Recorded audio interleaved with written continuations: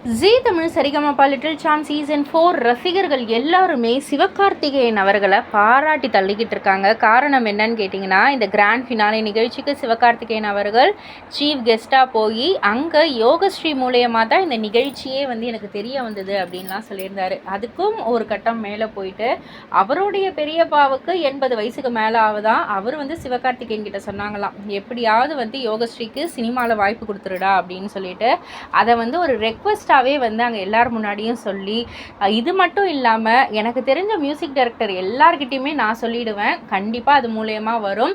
ஆனால் ஸ்ரீனி சார் எனக்கு அதையும் தாண்டி ஒரு ரெக்வஸ்ட் இருக்குது, நீங்கள் ஏஆர் ரஹ்மான் சார் கிட்ட சொல்லி எப்படியாவது யோகஸ்ரீயை பாட வச்சிடணும் அப்படின்ற மாதிரி சொல்லி ஸ்ரீனி சார் வாயிலிருந்தும் கண்டிப்பாக சொல்கிறேன்னு சொல்ல வச்சுட்டாரு நம்ம சிவகார்த்திகேயன்.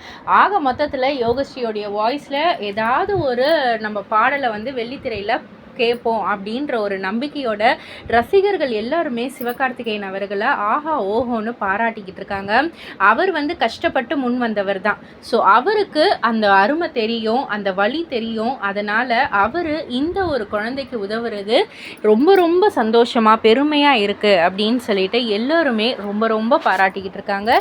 இதை பற்றி நீங்கள் என்ன நினைக்கிறீங்க, உங்களுடைய கருத்து என்ன அப்படின்றத கீழே உள்ள கமெண்ட் பாக்ஸில் குறிப்பிட்டு சொல்லுங்கள். அண்ட் யோகஸ்ரீக்கு இந்த யோகா அடித்ததை பற்றி உங்களுடைய கருத்து என்ன அப்படின்றதையும் குறிப்பிட்டு சொல்லுங்கள்.